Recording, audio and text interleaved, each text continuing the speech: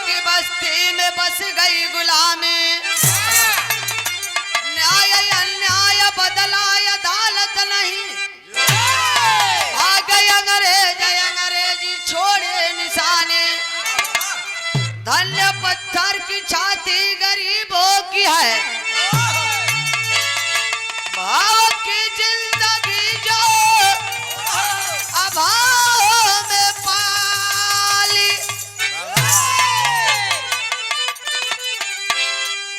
इन बेचारों से जाग कर के पूछे कोई, कैसे होती है होली दस में।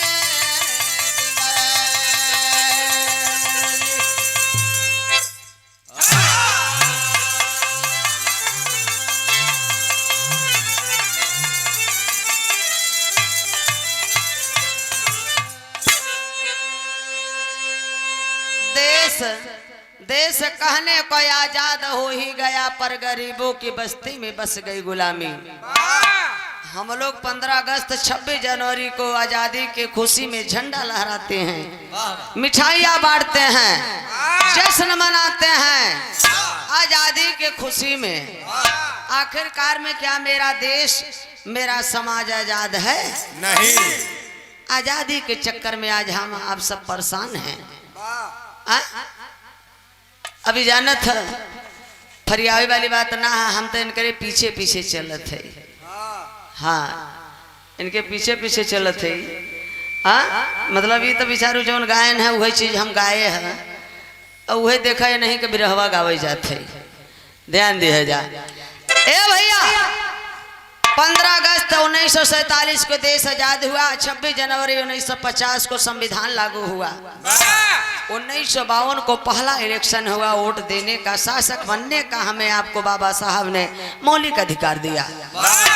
गौर करेंगे आखिरकार में कैसी होली, कैसी दिवाली, कैसी दशहरा, आज हम लोग परेशान क्यों हैं भाई? देश आजाद है ना, तो मेरा समाज तो आजाद होगा। लेकिन आजाद है सिर्फ कागज में, इस समय आजाद है मेरा समाज, मेरा देश आजाद। हम लोग, भारत देश आजाद था, एक समय था। कब? लगभग 3500 बरिस पहले।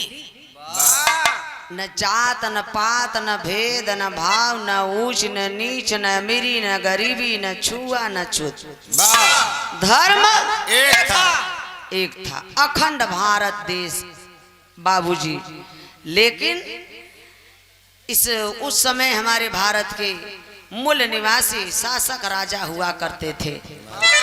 व्रतासुर, गयासुर, सम्रासुर, महिषासुर, बाणासुर, कृष्णासुर, महासुर, जिनका नाम बदल के कन्वर्ट करके महादेव रखा गया। गौर करेंगे आखिरकार में आजादी के खुशी में हम लोग जश्न मनाते हैं, लेकिन क्यों आज परेशान है? तमाम संगठन, तमाम पार्टियां बना रहे हैं कि हरूण से आजादी मिल जाए। गजल का भाव मास्टर भैया बात ना होए।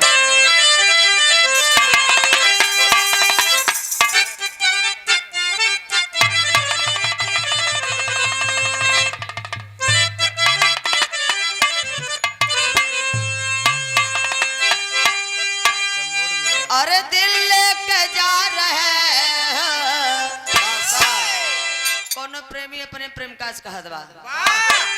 बढ़ जा भैया, बढ़ जा, आधा घंटा 20 मिनट और बढ़ जा। हाथ जोड़े थे, एक बाद चला जाएगा ना बैठाओ। अरे दिल लेके जा रहे हैं, अरे दिल लेके जा रहे हैं, कैसे जिएंगे हम?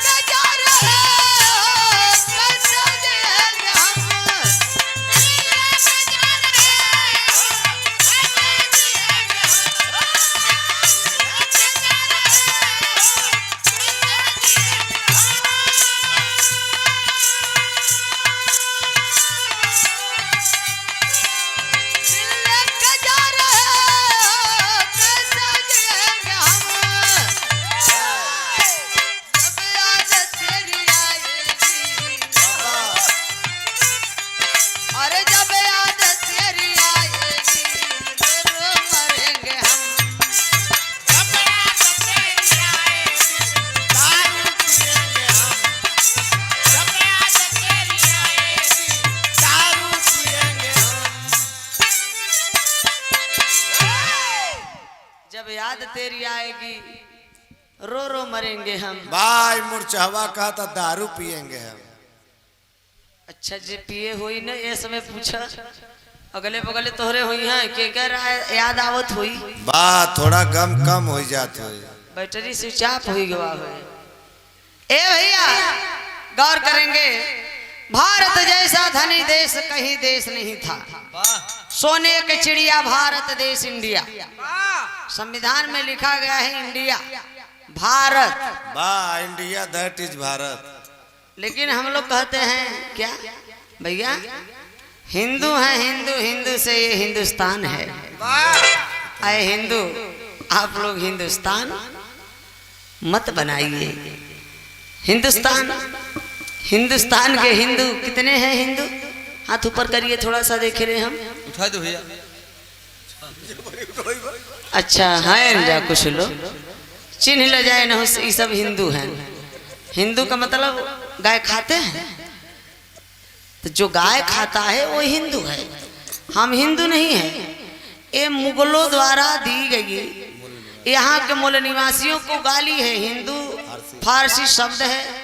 इसका शाब्दिक अर्थ हुआ चोर डकैत लुटेरा दास और गुलाम। इसलिए हम हिंदू नहीं हैं हम लोग सिंधु हैं। सिंधु मूल निवासी हैं। ए बाबू गौर करेंगे कवि जी भाव लिखे हैं। अरे यारियों ने मेरे देश को केवल भारत को बर्बाद करने के लिए बौद्ध धर्म को तहस नहस करने के लिए सर्वप्रथम आर्य आए मुगल आए डच आए फ्रांसीसी आए पुर्तगाली आए हुड़ आए शक आए अंग्रेज आए। अंग्रेजों के गुलाम ब्राह्मण ब्राह्मण के गुलाम मेरा समाज। तो आर्यों ने मेरे देश को अरे आर्यों ने मेरे देश को बर्बाद कर दिया।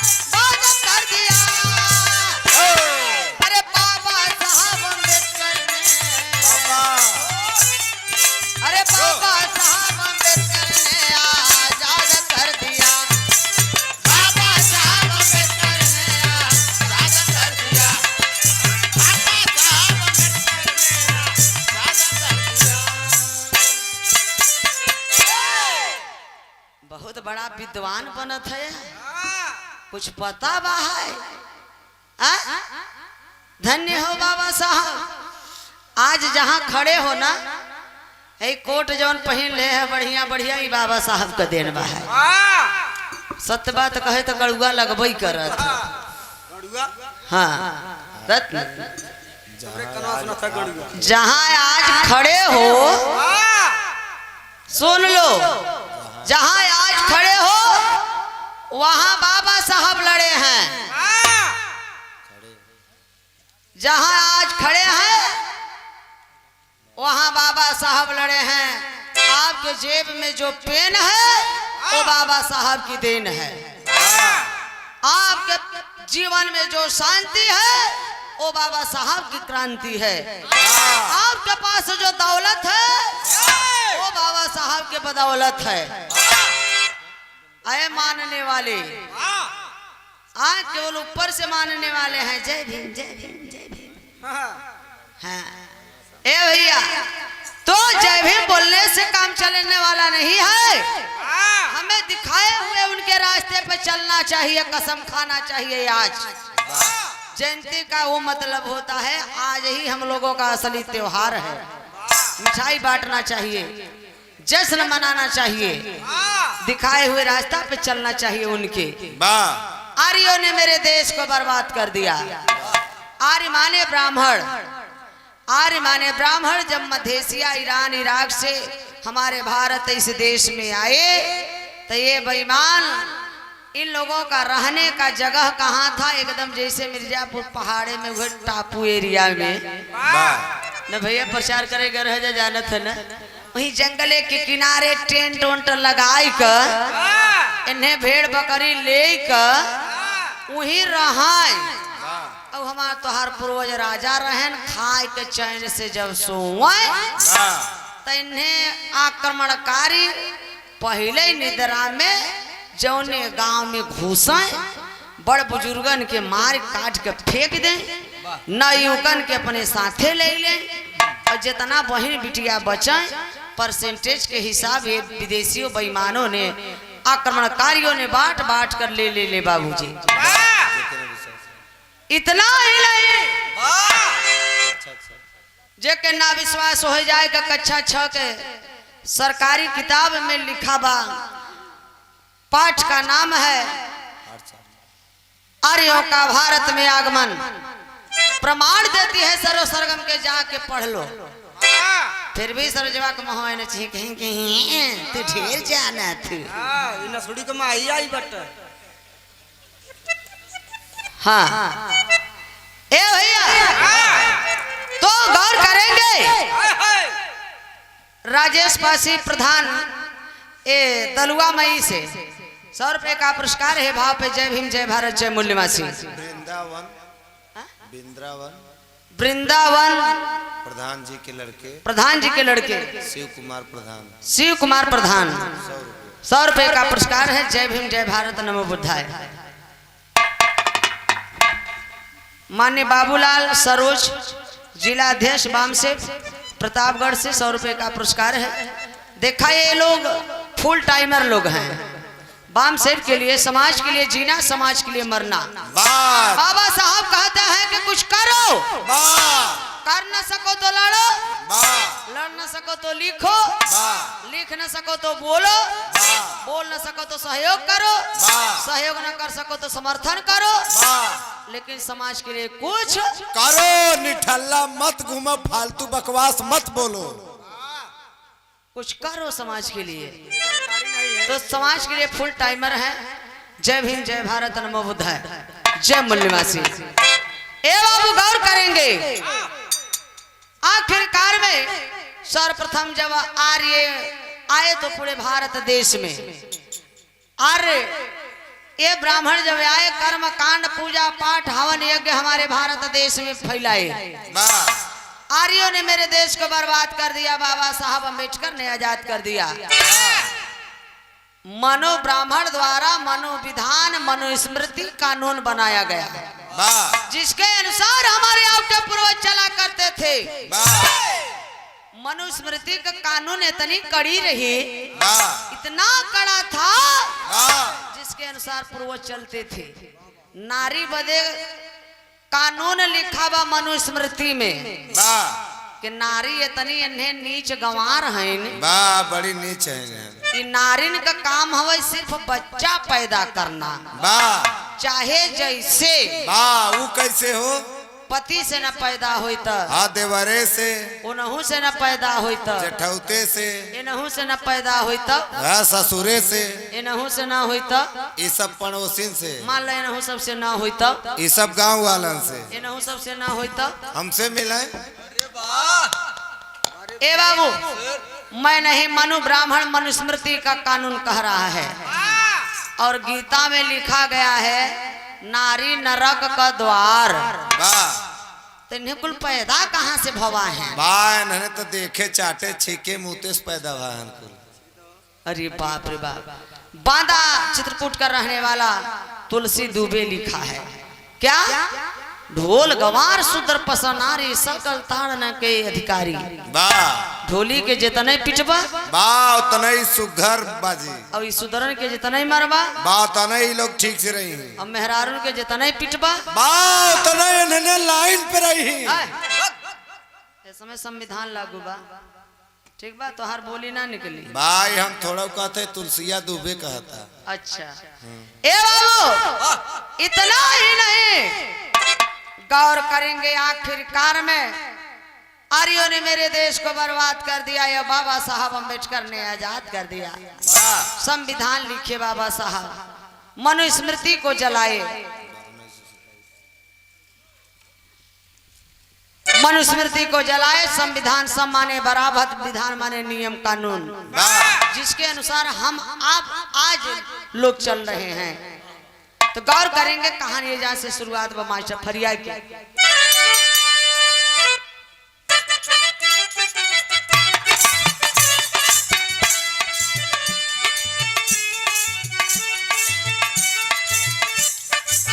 यहाँ के मूल निवासी जो आदिवासी हैं, आर्याये वन देवता जो सत्यानाशी हैं, विष्णु बना लेता इंद्र सेना नायक है, यही विदेशी मेरे देश के नायक है, देवता इंद्र ले सेना वतन नसाया है, हमारी संस्कृति इतिहास को मिटाया है,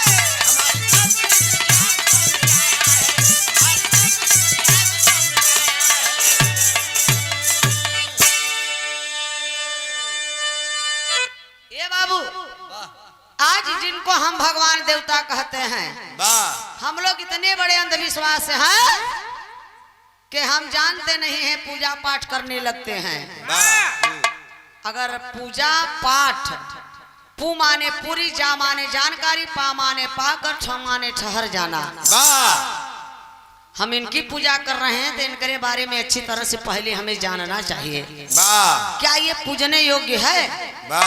चोर है कि डकैत है कि नक्सलवादी है कि उग्रवादी है कि गुंडा के छिनरा है, क्या पूजने योग्य है कि हम इनकी पूजा करें? हम आप जिनको भगवान देवता कहते हैं, इंद्र और विष्णु, ये कोई देवता भगवान नहीं है, ये लुटेरे हैं, आक्रमणकारी हैं। गैया भेड़ बकरी चरावे के बहाने जब भारत के लूटे आए ने बेईमान, इंद्र ने दल बल के साथ, सेना के साथ पूरे भारत में भ्रमण किया। पहले करता है क्या लिखा गया है कि नालंदा विश्वविद्यालय में 6 महीना तक जला। आप लोग सोचा 6 महीना तक जला, बीच में भूतान नहीं आगी, पानी नहीं बरसा, सोचे वाली बात बा। 6 महीना तक जला नहीं। इन आक्रमणकारियों को हमारा आपका इतिहास एक एक पन्ना पढ़ पढ़ के जलाने में समय लगा कि न रही बास न बाजी। हम लोगों का इतिहास जलाए, संस्कृति हम लोगों को मिटा दिए। और इतना ना, 90 नगर को यही इंद्र ने फूंक दिया। जिनको विश्वास नहीं होगा जाकर के ऋग्वेद में खोल के पढ़ लीजिएगा। ऋग्वेद में 3रे मंडल का 12 सूक्त का 6वां मंत्र सहित बतावत है। और वो मंत्र हवे संस्कृत में, विदेशी भाषा का लिखा बा। इंद्र ज्ञानी नमत पूरे दास, पत्नी रघुतमा साक में कम कर्मणा। एकर मतलब इंद्र ज्ञानी ने 90 नगर को फूका। 90 नगर के बीच में एक रघुतमा नाम की दासी थी, बाबूजी यहाँ की मूल निवासनी थी। उस दासी को ये इंद्र ने अपनी पत्नी बना लिया। इन्होंने मेहरारू लड़का लेके ना आए रहन, कुल रणवे आए रहन सारे। इसलिए हमारे विद्वानों ने, महान पुरुषों ने डीएनए लिखा है। डीएनए प्रमाण देता है कि ब्राह्मण की घर की औरतों का ब्लड हमारे आप मूल निवासियों से मिलता है लेकिन उनके मर्दों का नहीं।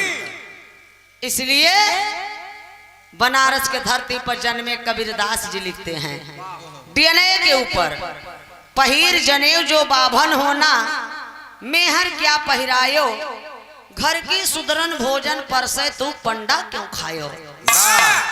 कबीरदास जी कहते हैं कि ऐ ब्राह्मण, तूने गाय खा लिया, जनेऊ पहन लिया, अपने बहनी के साथे सो लिया, तू पक्का बाभन हो गया, बरुआ मना लिया, लेकिन घरमा जौन भोजनमा परोसता वो शूद्र के तो सुधर ही रह गई। ओके का पहनाया।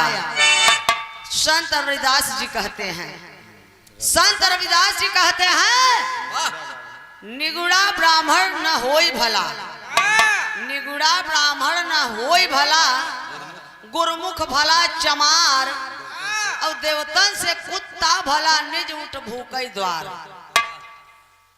ये देवता रहे नन्हे, अरे बाप रे बाप, आखिरकार में हमारे आप में आग लगा दिए, पूरे भारत को बर्बाद कर दिए, तहस नहस कर दिए। बाहर तथागत गौतम बुद्ध जी मानवता का संदेश देने वाले गेरुआ वस्त्र पहन करके बाबूजी पैदल चल चल करके पूरे विश्व में मानवता का संदेश दिए। अरे बाप रे बाप, सोचे वाली बात है। आखिरकार में धन्य है बाबा साहब, धन्य है हमारे महान पुरुष, जो कि देखे ये जरवा मई से अच्छा झाखा जाखा लिखा है, हाँ जाखा मई ना, जाखा मई से राजकुमार सरोज आपकी तरफ से 100 रुपये का पुरस्कार है। जय भीम, जय भारत, जय मूल निवासी, नमो बुद्धाय। ए बाबू राम धनी पंडा यादव, ए फूलताली कुंडा प्रतापगढ़ के धरती से 100 रुपये का पुरस्कार है। जय भीम, जय भारत, जय मूल निवासी। ए बाबू गौर करेंगे, हमारे भारत के लोग मूल निवासी आज जैसे हैं वैसे पहले थे। कैसे रहन मास्टर, गीत के भाव बा।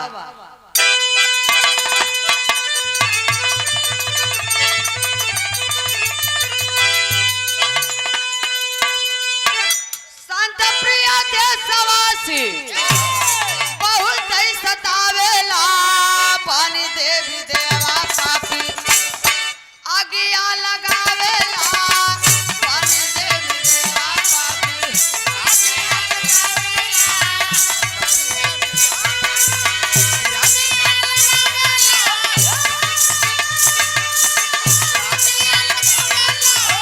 आगिया लगावेला, पानी देवी देवा पापी।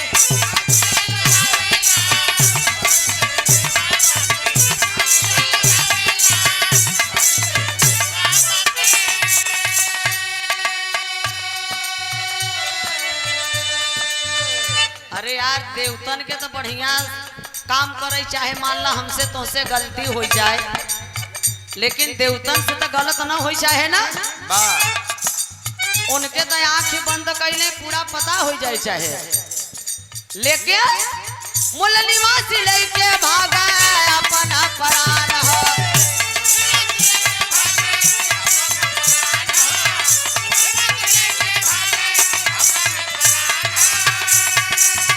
जंगल पहाड़ छिपे सज के समान है,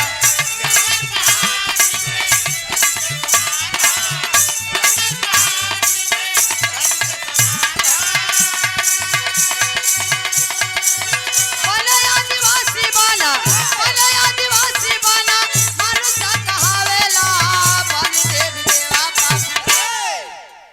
ए भैया, जाति तो रहबे न भ, सब एक रहा, संगठन एक रहा, तब हमार तोहार पूर्वज शासक हुआ करते थे।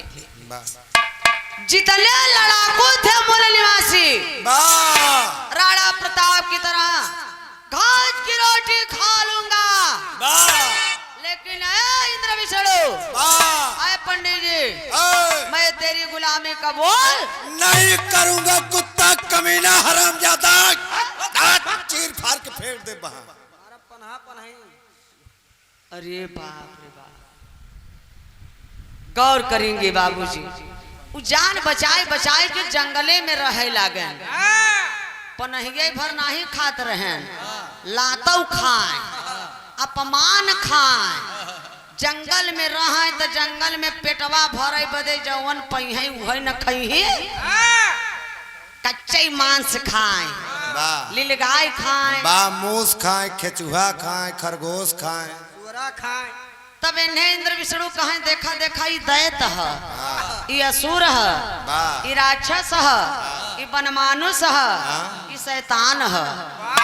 ऐसे हमारे आपके पूर्वजों को संबोधित करते थे कि जंगल के किनारे के नदी के किनारे के झाड़ी में रह रही के जान छिपा छिपा के लड़ाई लड़े बाबू, वो कोल भेल मुसहरा हुए। लेकिन और जे डेराएगा ओके इन्हें बेईमान का करन भैया मूल निवासी वालन के भय से समर्पित जवान भैले देशवासिया,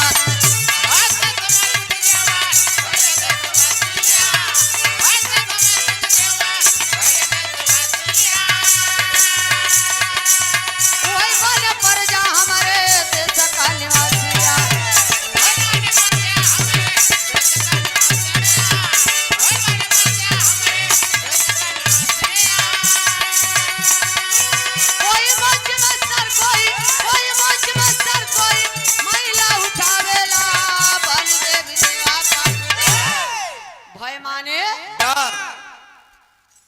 जे डरपोक रहा, डेराई वाला रहा, कहे के पंडित जी 4 जूता मार ले, हमार खेत कियारी ले ले, घर दुआर ले ले, बहनी बिटिया की इज्जत मर्यादा सब कुछ ले ले, लेकिन हमें मार के भगाव। कहे ठीक बा भगाओ न तो के बगले रखब, लेकिन कैसे रखब, पर्जा बनाई कर रखे। कहे चल तो हमार जूता से आजू से तोए, चल तो पानी भर आजू से तोए, और चल तो गैया भैंस पाल आजू से तोए, अहिर है तो का करी, लेकिन शुद्र है। तोर काम इतना बा कि गाय भैंस तोई पाल और घी दूध लिया हमें दे और माठा तो नहीं पिया। हमार समाज देखा माठवा मराई जाता तो में का बचत, सारा माल निकल जाता है, केवल ठंडई के कामे उ माठा आवत। अब गर्मी आई गो बाबा, हमारे समाज के बहुजन का लोग चौराहे पर पहुंच जाही माठा पिए बदे, एक गिलास मिल जाता है लस्सी माठा तो पी ले तो पेटे में ठंडई आ जाए। हमार समाज माठा पियत पियत ठंडई के चक्कर में ठंडा के ठंडई रही गए, कहियो गरमाबे नहीं भैन। जे गरमान बेईमान केंद्र और राज्य के सरकार बेईमानी से ले ली सीबीएम में घोटाला कई के ऐसा गलती के वजह से। हाँ, और माठा पिए जा ठंडा नहीं रह 2022 में ठंडाया गया, अब 2400 में ठंडा ठंडई रही जाए और माठा पिए। आजू से दूध पिए तब 5 मिनट नेटवर्क बताए घोड़ा दिन 24 का ले ले दौड़ाई के। अरे बाप रे बाप, आज से तू अहिर और चल तू भेड़ बकरी पाल ताकि ठंड लगे तो कंबल हम लोगों के ओढ़ने के काम में आए। आज उसे तू गड़ेरिया जात तो था ही नहीं, तो हम लोगों को पहले फूट डालो राज करो। डिवाइड एंड रूल 6743 जाति में पहले हम लोगों को बांटे, जब हम लोग बटे तो राजपाट से हटे, इतना बटे के फिर से एक होई वाला नहीं। कैसे बटा है, यादों हैं तो यादों में ब्याह करी है, पटेल हैं तो पटेल में करी है, बिंद हैं तो बिंद में करी है, पासी हैं तो पासी में करी है, चमार हैं तो चमार में करी है। पंडित जी के घरे से ब्याहे वाला शादी वाला जौन कार्ड आए ओके भैया हरा रच का पढ़ ली है, वो लोग कैसे शादी करते हैं, बेटी और रोटी का कैसे रिश्ता करते हैं, गोत्र चेंज करके शादी करथिन।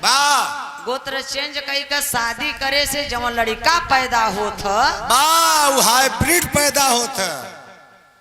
अरे बाप रे बाप, कैसे शादी करत हैं, दुबे हैं तिवारी में तिवारी हैं तो पाड़े में पाड़े हैं तो पधिया में पधिया हैं तो मिस्र में मिस्र हैं तो सुकुल में सुकुल हैं तो ओझा में ओझा हैं तो अबे दुबे ही मराए लगे तो चौबे उपध्या मिसिर सुकुल ओझा जहाँ दौड़ा जाही बचावई बदे तो ढेर का भयन ना रिश्तेदार एक ही भयन ना लेकिन अबे अखे ही मुसहरा अगर मराई लागे और जने हाथ मन है यार राजा मार सारे के और मार मार का हमार जाति है का हमार बियादर है यही से के सारे कौर गिराई के मार।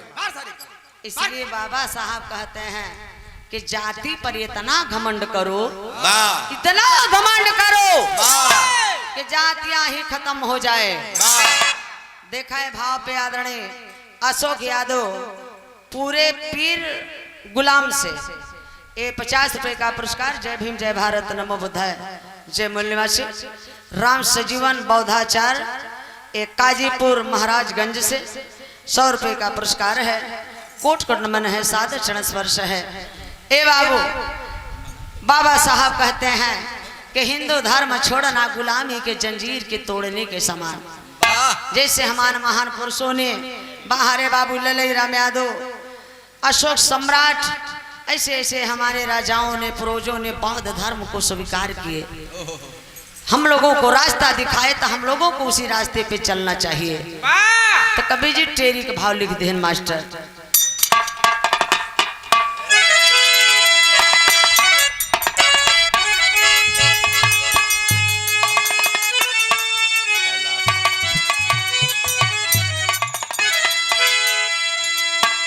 इलाहाबाद के कैलाश दादा गाय के चला गए बात तो हम गाय के चली कस नहीं जाती हम कहे जाई हम तो सोचे थे पहले ढोल हारमोनिया तो वहीं सब लेके चलता हम बाद में आऊ चला दिखा थे कहा नाम बा हाय मोरे राम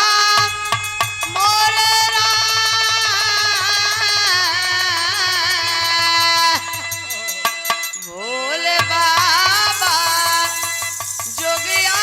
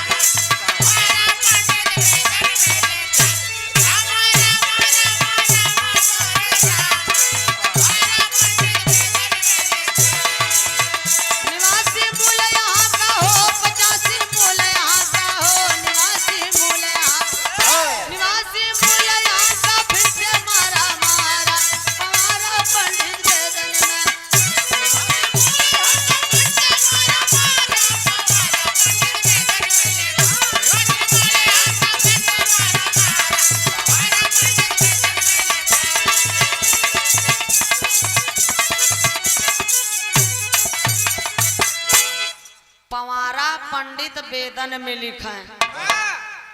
वेद में पवारा लिखा गया रामायण महाभारत गीता आखिरकार में ये जर्मनी में नहीं बा अमेरिका में नहीं बा विदेश में नहीं बा सरवाई कुलोरी से आसमान से आई का भारत भरे में टपक पड़ा वो आसमान से और वो चुंडी वालों के मकान पे बात तो के पता ना है एंटीना अपने तरफ खींचे तो वही भारत में आई गवा। वेदन में का लिखा गवा बा शंकर जी अंजनी के काने में वीर डाल देहन तब हनुमान जी पैदा हो गए बा कनवा में डलले से हो उद्यान ऋषि का वीर सरवा पत्ता पे बहुत जात रहा। राजा दशरथ का बहिन चंद्रकला चाट लेहिन तब सरवन पैदा हो गए। बात तो वीर नहीं मलाई रहा मलाई तो अपनो मेहरिया के चटा दे पट्टे चटा चटा चटाओ दो चाटे पैदा कर रही है समय तब सर्व सरगम मनी है। अरे बाप रे बाप। और रामचरितमानस में लिखा है तुलसी कि तीनों रानी सुमित्रा कैकेयी कौशल्या श्रृंगी ऋषि निषाद के गुफा में चोरी से सिंगवेरपुर में खीर खाइन वाह तब जाए का भरत शत्रुघ्न राम और लक्ष्मण पैदा भइल। वाह खिरिया खैले से हो। लिखे वाला पढ़ा लिखा तो था नहीं, वाह दारू बड़ा जबर पियत रहा, भांग छानत रहा। लेकिन ए समय का हमार समाज साइंस और विज्ञान लेके पढ़त लिखत बा। वाह तनिका सोचा जे मोहे से खाई तो गर्भाशय में जाई कि अमाशय में जाई। अरे यार वो जमाने में गर्भाशय माशय कनेक्शन एक रहा। और का ए समय दूसर होएगा, दूसर मेहरारू बन गई है। भाई तुलसिया ससुरा हो तब उसे पूछी था हम। दोहई लेकर तुलसी का घूमत है। तुलसिया साला चूतिया दोहा दिया बनाई, अपना साला मर गया हमको दिया फसाए। विस्की में विष्णु बसे, रम में श्री राम, जिनमें माता जानकी, ठर्रे में हनुमान, बोलो सियावर रामचंद्र की भैया हो। सोचे वाली बात बा, कुंवार लड़की रहे तो चंदा मामा जब लड़की रोए लागे तो कहीं देखा बिट्टी देखा हो चंदा मामा। चंदा मामा दूध भात ले आवा, बाबू के मुहवा में डाल द घुटुर से, लड़का खेले ही। अब कुंवार वाला लड़की तो चंदा मामा है, और जब बियाह होगा तो वही चंदा मामा भतार हो गए ओकर। दुई काम भेल। चलनी में देखी ही भतारे का तब जाय का व्रत टूटी। करवा चौथ में, मैं नहीं चाणक्य जी कहते हैं कि अगर करवा चौथ में, करवा चौथ व्रत रहने से अगर हर पति की उम्र लंबी होती है तो हम समझते हैं कि भारत की कोई औरत विधवा नहीं होनी चाहिए। भैया हो कथा सुनत था 3-4 घंटा गांठ जोड़ी जोड़ी के। वाह कथा माने हिंदी का शब्द कोश जाए का पढ़ लिया। कथा माने काल्पनिक कहानी, वाह नकली कथा सुनाई के असली रुपया ले, वाह हमारे तोहरे पैसा जुटाई के सबके सुतही दे। वाह ई कहावे कथा नकली कथा सुनवा, असली रुपया देवा, जावा आचार्य से पंडित जी का गोड़ धरबा। वाह गोड़ धरबा, और यहाँ सरोजवा असली कथा सुना हुआ था।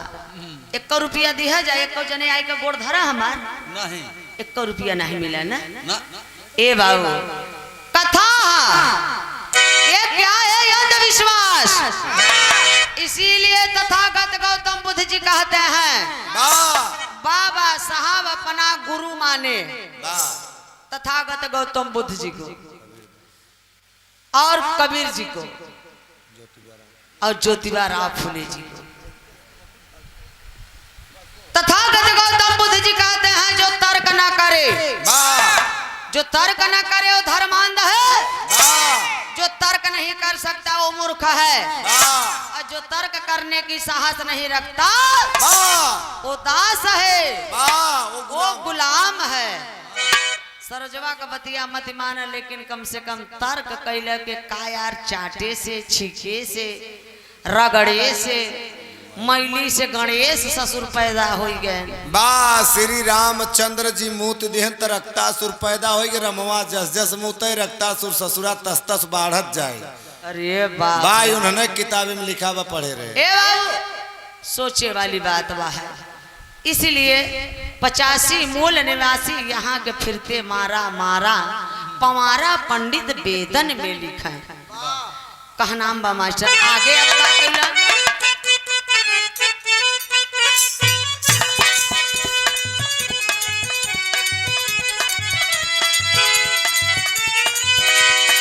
कूटनीत पंडित के लग गए,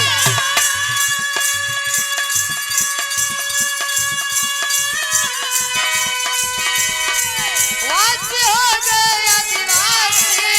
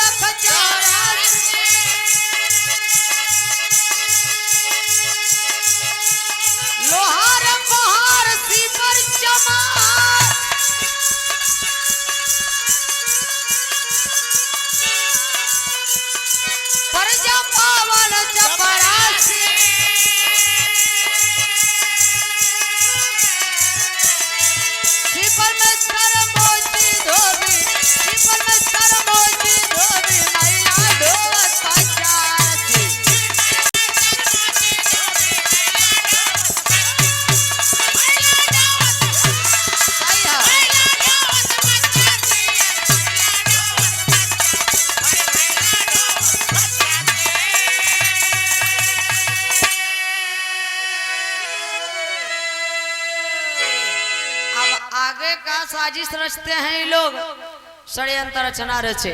वाह। आगे का लिखे वर्ण व्यवस्था। वर्ण माने क्या होता है? रंग।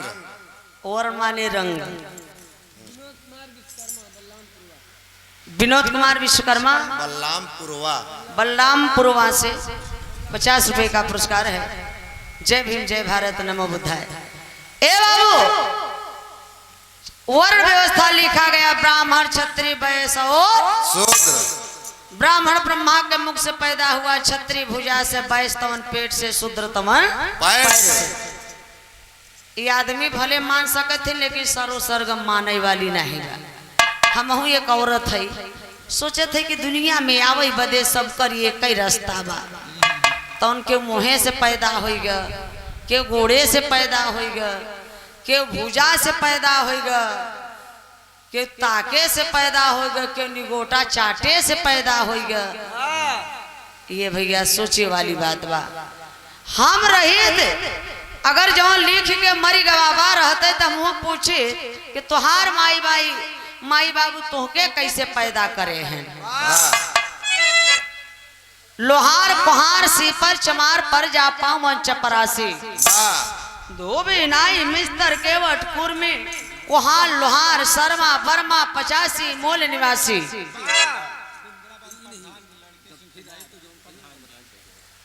वृंदावन प्रधान जी के लड़के, वृंदावन प्रधान के लड़के शिव कुमार प्रधान जी। ये 100 रुपए का पुरस्कार है। सादर चरण स्पर्श है। जय भीम जय भारत जय मूल निवासी। लेकिन सभी मूल निवासी और साथियों को मंच के माध्यम से हार्दिक अभिनंदन वंदन है। कहनाम व मास्टर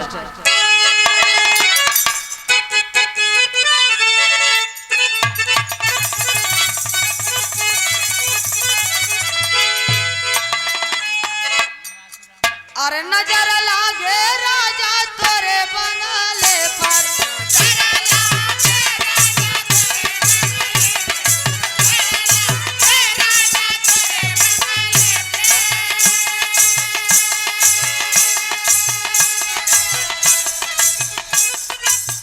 ये 200 रुपए का पुरस्कार माननीय दिलीप पासी प्रधान जी निवासी, दिलीप पासी प्रधान निवासी रामपुर गड़ौली के धरती से। मूल निवासी। हाँ, जय भीम जय भारत नमो बुद्धाय जय मूल निवासी।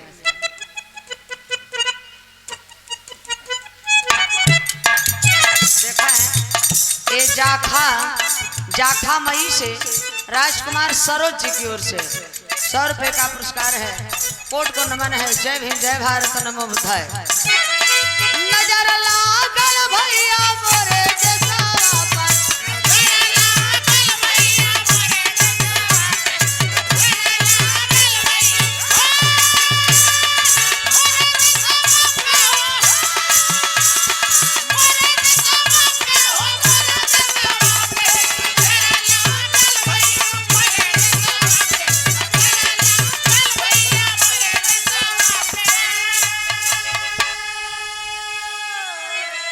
दूसरी चढ़ाई किया भली मुसलमान हो,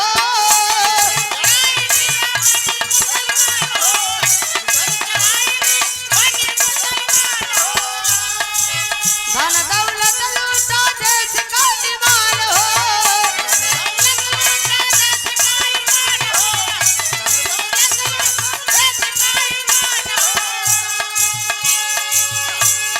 हम विश्वास नहीं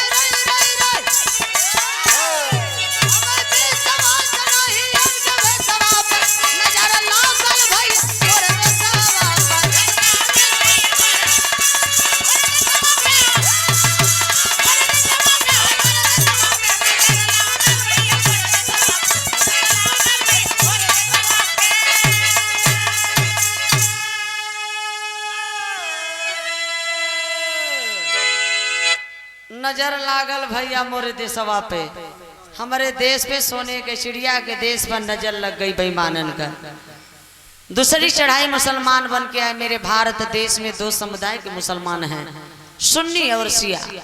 जो सुन करके औरंगजेब द्वारा जबरदस्ती सुन्नी मुसलमान बनाया गया वो 90% हैं वो यहाँ के मूल निवासी हैं, हमारे वो खून है, हमें आपको उनसे लड़ना नहीं चाहिए। और जो 10% शिया मुसलमान हैं, ये लोग मध्य एशिया, ईरान, इराक से आए हुए हैं, जहाँ से आर्य ब्राह्मण आए हुए हैं।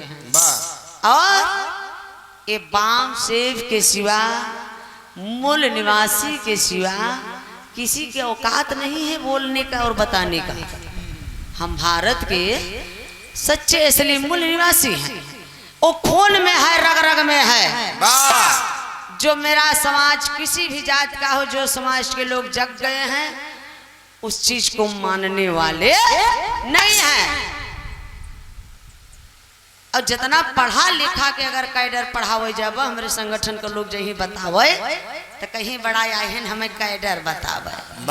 I am brilliant. हम पढ़ा लिखा खुद है, इसलिए बाबा साहब कहे कि हमें पढ़े लिखे लोगों ने ही धोखा दिया। हमें जितना अनपढ़ लोगों से डर नहीं है, उतना पढ़े लिखे लोगों से डर है।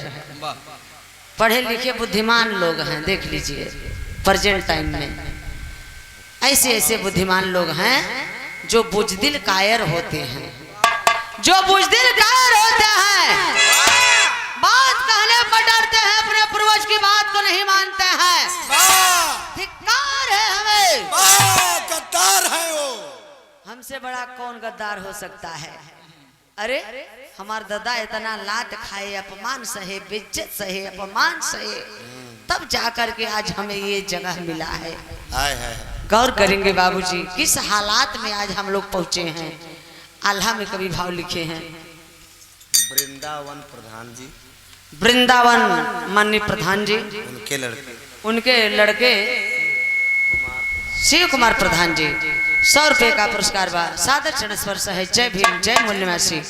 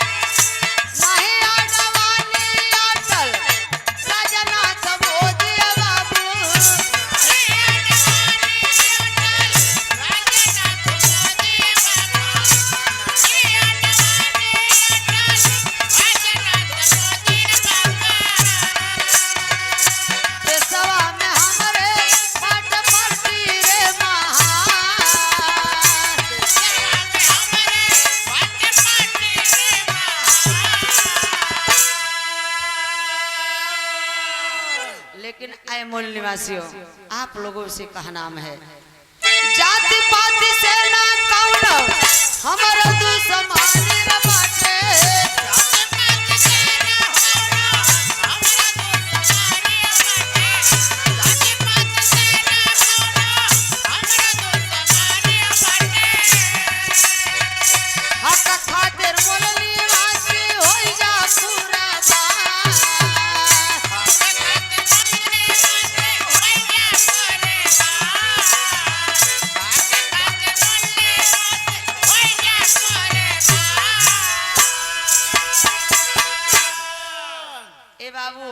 न जात न पात से अब हमें लड़ाई नहीं लड़ना है, न गोली न बंदूक से। सबसे बड़ा हथियार बाबा साहब दे दिए हमें वोट डालने का, मेरे समाज को शासक बनने का। इसलिए बाबा साहब ही नहीं, माननीय कांशी राम जी भी उनके दिखाए हुए बाबा साहब के जब रास्ते पे चलने का काम किए तो यही कहते हैं, कांशी राम जी कहते हैं कि इसलिए मेरे बहुजन के लोग मूल निवासी, वोट और बेटी किसी इज्जतदार को ही सौंपा जाता है। जे इज्जत कदर कर रहा है, जे मान सम्मान समझे, अब पगले के सामने कैसे भैंस के आगे बीन बजावे, भैंस खड़ी पगुराई, ओके का समझ में आई कि का गावता, का बजावता, के रोवता, कि चिल्लाता, कि कुछ मंत्र पढ़ता। मूल निवासियों, जात पात से नहीं लड़ाई लड़ना है, अपने हक हिस्सा अधिकार की लड़ाई लड़ना है। संविधान में जो बाबा साहब लिखे बराबर बराबर हमारे आपका हिस्सा मिलना चाहिए।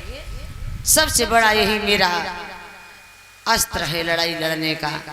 अब बेईमान 2022 में तो लूट खाई ले हैं, लेकिन 24 में आप कैसे लूटत हैं? सब कुल तो लूट ले हैं, एक ही रास्ता बचा बा अब हमारे मूल निवासी समाज के लूटे बदे।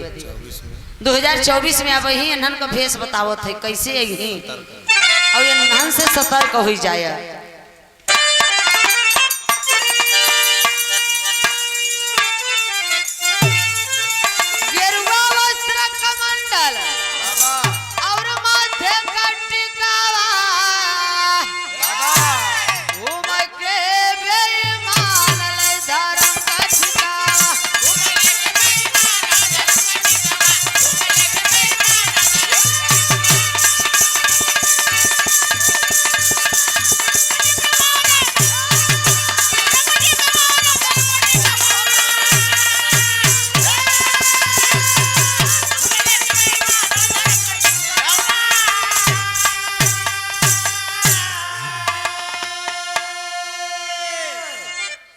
गेरुआ वस्त्र कमंडल और माथे का टिकवा, घूमे के बेईमान ले धर्म का ठिकवा। बेईमान धर्म का ठेकेदार मंदिरन पे बैठ गए हैं। यही हमारे तोहार देवता हैं। यहाँ लिया के पंडित जी के अगर बैठाई देब तो जब तक 501 रुपया, 11 रुपया, 50, 51 रुपया न देब ना तब तक दर्शन मिले वाला नहीं। अपने देवी है विंध्याचल। जब दोनों प्राणी गांठ जोड़ के ठेली ठेला हो रहे दर्शन करे बदे सोचबा जुगाड़ कैसे लहाई तो 500 रुपया देब तो कैसे दर्शन करे ही पंडित? झरोखा से 2000 देब तो लगे से और 1000 देब तो चरण छुई के आशीर्वाद है। आशीर्वाद आशीर्वाद आशीर्वाद हो। दर्शन कराए कैसे ठेल के फेंक दे जा होगा दर्शन तोहार। फिर यही बहरे तो पंडित जी से कहेंगे पंडित जी हमारे जूता चप्पल द पर प्रसादी का पैसा रुपया जोड़ा और हमारा के आशीर्वाद दा ऐसा के पहले ही हमारे बेटवा हो जोड़ा हो। पंडित जी दोनों प्राणिन के माथे पर चंदन लगई ही और कलाई में रक्षा बनी अखे इस लोग पढ़त ही रक्षवा बांधत के समय ललका धागा बांधत के समय बांध दीजिए। 501 रुपया दो दे रहे हैं ले बांधिए तो। अच्छा इस लोग का पढ़त थे ओ मैन बधो बलि राजा दान विद्रो बहावल तेन तो प्रतिध्वनि रक्षे माचल माचल। बारे पंडिताइन बा तो के पंडिताइन समझ में आवत है? अरे यार इतना मंत्र बोले हो। इस लोग वही कहता ओ मैन बधो बलि राजा दान विद्रो महाबल तेन तो प्रतिध्वनि रक्षे माचल माचल। यानी जिस प्रकार से तुम लोगों के मूल निवासी बलि राजा को इसी लाल धागे में बांध करके मारे, राजपाट शासन सत्ता सब कुछ छीन लिए, उसी प्रकार से आओ अटल रूप से इसी बंधन में बांधता। वही हमने जाए थे मंदिर में कसम खाई के आई थे ये पंडित जी हमने खाए बिना भले मर जाए लेकिन तो है खाए बिना मर ना दे। वही हमार समाज तेरही में बोलाए, बरही में बोलाए, घर बनवाए तब बोलाए, लड़का पैदा हो जाए तब बोलाए, नौकरी मिल जाए तब बोलाए, ब्याहे में बुलाए। सोचे वाली बात बा। लड़का पैदा कैले बा नामकरण करवावे बदे ले जाब पंडित जी की दौड़ा जाब। अरे जब नाम रखे के शक्ति नहीं बा तब काहे बदे 50 पैदा कैले थे? सोचे वाली बात बा। ए बाबू हिंदू के ठेकेदार हम आपको चुनाव आ जाएगा हिंदू मुसलमान कह के लड़वाने का काम करते हैं आपस में। और जितने हिंदू के ठेकेदार हैं इनके कुल दामाद मुसलमान हैं। जैसे मुरली मनोहर जोशी, अशोक सिंघल, मोहन भागवत, अडवाणी, ऐसे ऐसे ठेकेदारों का दामाद मुसलमान है। तो आए मूल निवासियों, भारतवासियों, बाबा साहब इसीलिए इशारा करते हैं कि इधर चलो, अंगुली के से इशारा करते हैं कि संसद भवन की तरफ चलो। जो कुछ भी देगा संसद भवन देगा और ये मंदिर नहीं देगा। पंडा पुजारिन के भी पता बा कि पत्थरा में कोनो शक्ति नहीं बा, यही से दौड़ा भागा जात है नेहर संसद भवन और पंडा पुजारी। मंदिरे में का पंडा देखा था जब शाम के घरे जाए लागथिन तो 5-6 दान पेटी में ताला लगाई देती। पंडा जी के पता बा कि पत्थरा में कोनो शक्ति बा नहीं, कोनो चोर यही सरे लूट मार के लेके चला जाए तो हमार धंधा खराब हो जाए। उनको पता है, लेकिन आज मेरा समाज को पता नहीं है। इतना डर है कि हम कथा माने हैं, अगर ना सुनब तो पता नहीं हमारा लड़का गड़बड़ाए न जाए, कोनो बात ना हो जाए, पागल ना हो जाए। तो भैया हो, इसलिए ओशो ने कहा है कि शूद्रों को मंदिर नहीं जाना, मैं नहीं जाना चाहिए। मंदिर वही जाते हैं जो मानसिक रूप से गुलाम है। बाबूजी मंदिरे में बदाऊ में देख रहा 40 साल की औरत की इज्जत लूट के पंडा पुजारी द्वारा वही मंदिरे में बिचारी की जान से मार दिया गया। आखिर मंदिरिया में का भगवानवा कहाँ चला गा रहा बात तो के पता ना भाई। ससुरा अपने बहनियौरे गा रहा खिचड़ी लेके, तब नहीं तो बच गवा होता बिचारी की इज्जत। ए भैया तो लड़ाई करत था तो FIR लिखावे कहाँ जात था? थाने पे। थाना के बनाए संविधान के बनाए बाबा साहब। इसीलिए दारू एक टाइम कम पिया, घर भले मत बनवाया, लड़का का ब्याह भले मत करे, लेकिन लड़का के पढ़ाई जरूर दी है। इसलिए बाबा का 3 टैबलेट जे खाए सो के फायदा करे। 3 टैबलेट, शिक्षित बनो, संगठित हो और संघर्ष करो।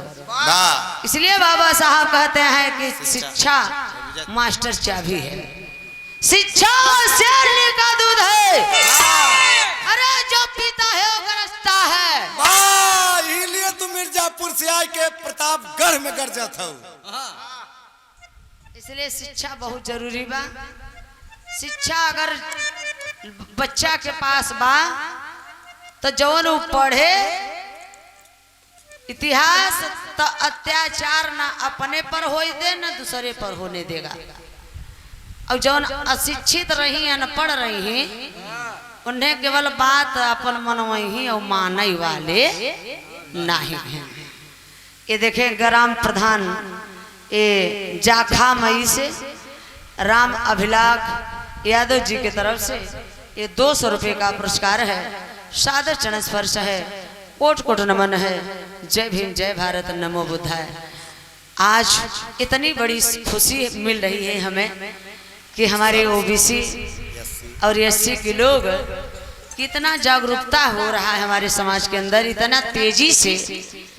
लेकिन और मनवादी तो चले, लेकिन गवैया बिरहा के मनवादी नहीं गए हैं अभी।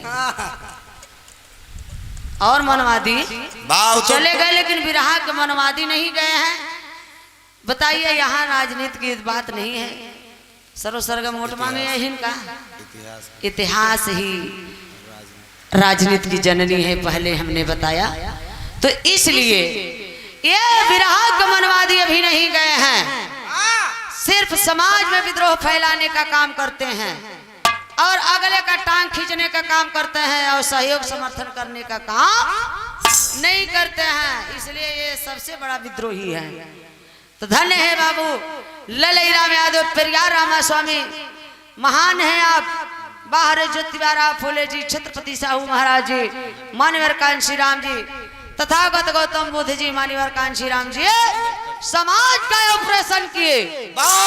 जौन बच्चा सरो सरगम के भेजे बिना चीर फाड़ का ऑपरेशन करे बदे। अरे भाई यार, हमारे पास कोनो हथियार नहीं बा डराया जमात।